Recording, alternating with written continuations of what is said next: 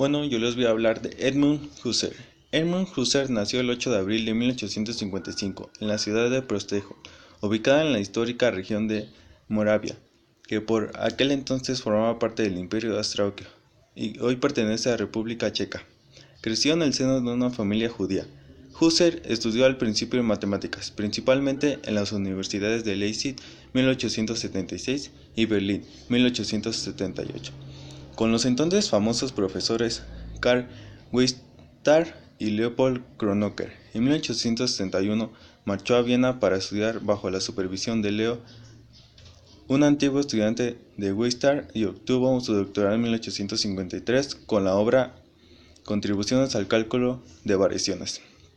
En 1884 comenzó a asistir en Viena a las clases de Franz Brentano sobre psicología y filosofía. Franz Brentano lo impresionó tanto que decidió dedicar su vida a la filosofía. Husserl estudió con Brentano durante breve tiempo y después marchó a la Universidad Martin Lutero del Valle, Wittenberg, para obtener su habilitación con Carl Stumpf, un antiguo discípulo de Brentano. Bajo la supervisión escribió sobre el concepto de número en 1887, que serviría de base por su primera obra importante, Filosofía de la Aritmética, en 1891.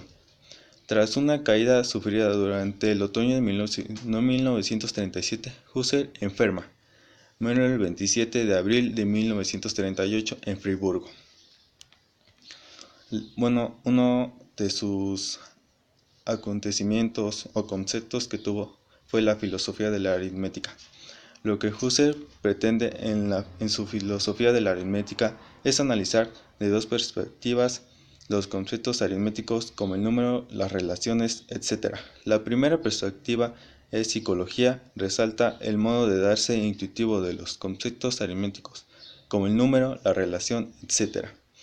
La forma en que los captamos en la experiencia. La segunda perspectiva es lógica, pretende la fundamentación objetiva de estos mismos conceptos a propósito de los números naturales. Husserl enunciará lo siguiente.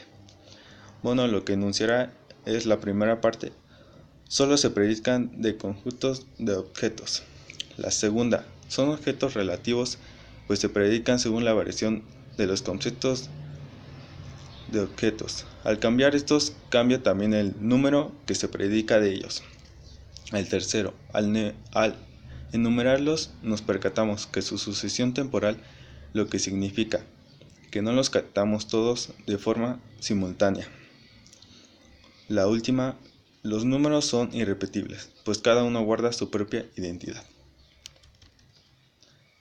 Husserl distingue también entre conjuntos finitos, sensibles, y conjuntos infinitos, categoriables. Los conjuntos finitos se sitúan al nivel de la percepción sensible y los conjuntos infinitos se sitúan a nivel de lo categorial. ¿Cómo podemos llegar a estos conjuntos infinitos?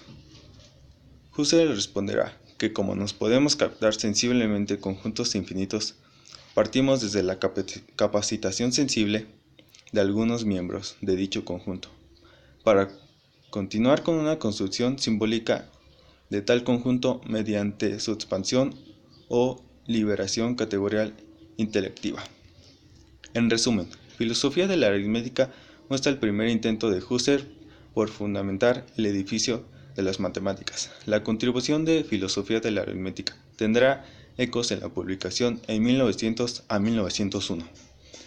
Investigaciones lógicas. Así pues, este texto es un antecedente de uno de los proyectos más importantes del siglo XX, la fenomenología trascendental.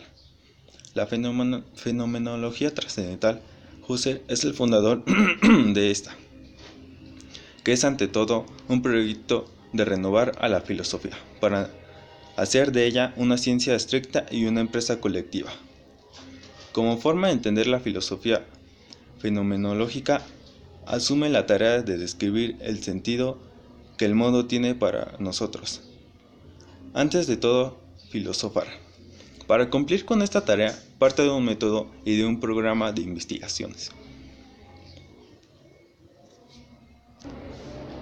En lo que se refiere al método, se vale de la reducción estadística, la reducción trascendental y el análisis intencional para explicar el sentido del mundo, en tanto que el mundo o del ser en tanto que el ser y de las cosas en él, así como para exponer las leyes esenciales inherentes a nuestra conciencia del mismo. En todas las obras sistemáticas publicadas por Husserl consta de un bosquejo de su programa, y parte de él comprende la fundamentación última de las ciencias empíricas, o ciencias de hechos como la biología, y de las ciencias eidéticas, o ciencias de esenciales, como la geometría, así como la elucidación de lo aumentado en sus conceptos. Muchos de los conceptos y las tesis fenomenológicas trascendental solo pueden ser comprendidas a cabalidad tras la ejecución de la reducción trascendental y tras el esfuerzo por entender a qué se refieren a partir de la experiencia propia. Esto es uno de los sentidos de tal italiano llamado ir a las cosas mismas, en contraposición a quedarse en manera construcciones de palabras y castillos en el aire. Uno de los conceptos centrales de la fenomenología trascendental es el de intencionalidad, que procede de la tradición escolástica y en última instancia del concepto aristotélico de logros. Otro de sus conceptos fundamentales es el de la evidencia o la intuición, que es una ampliación del concepto de percepción y que se refiere a una verdad más originaria que la proporcionalidad. Esta verdad es la de lo que aparece.